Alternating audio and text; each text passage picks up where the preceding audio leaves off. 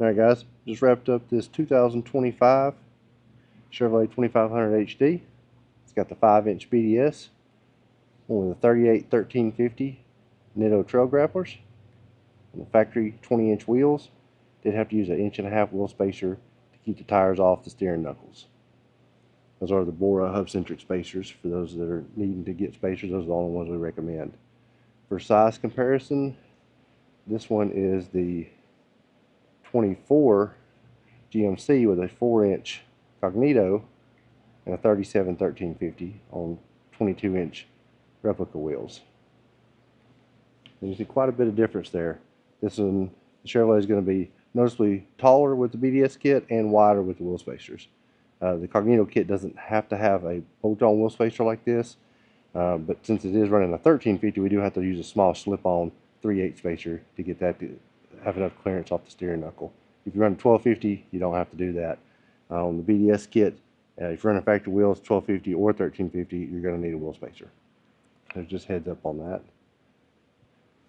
This is also their new HTO 2.5 shock. It stands for hydraulic top out. Essentially, the shock is designed to slow the progression of the shock right before it gets to full extension. Now with 38s, there's going to be some trimming.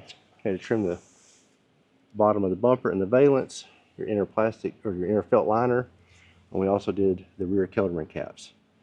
Now with the Chevrolet, you've actually got a little more clearance than on a GMC, so we could actually go a little bit bigger if we got a little bit more aggressive with our tire clearance or with our trimming. We could actually go up a little bit more.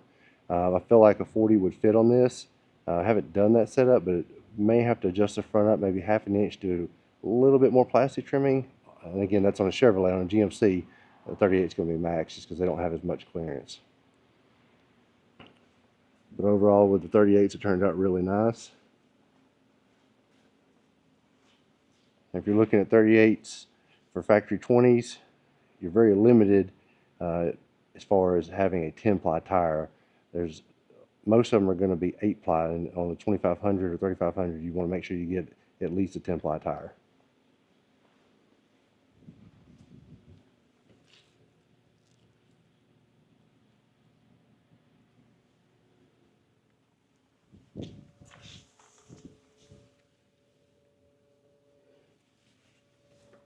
As you can see, we've got really good angles out of this kit.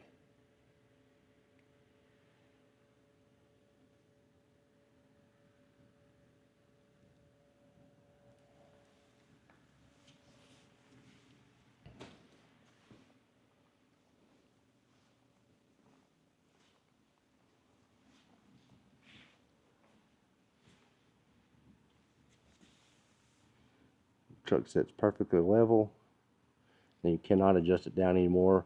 We are sitting where we're just starting to engage on the bump stops.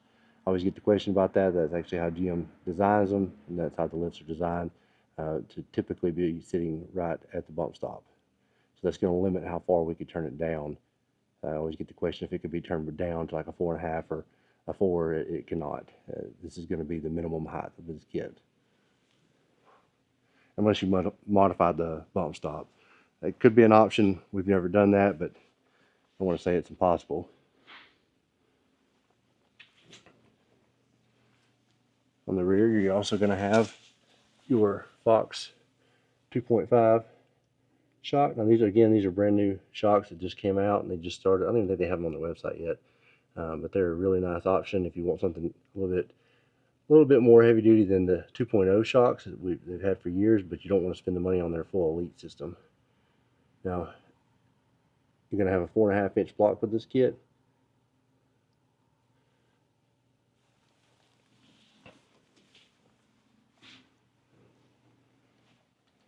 Again, the bigger shock body, it's going to work very well on the 2500 just because of the sheer weight of these trucks. It's going to handle large bumps. It's going to soak those up a lot easier than what your 2.0 will. Just the larger body will dissipate the heat better. It's going to have a larger oil volume and nitrogen volume. And then again, don't forget about the hydraulic top out design that's in this shock to control your full extension speed as well.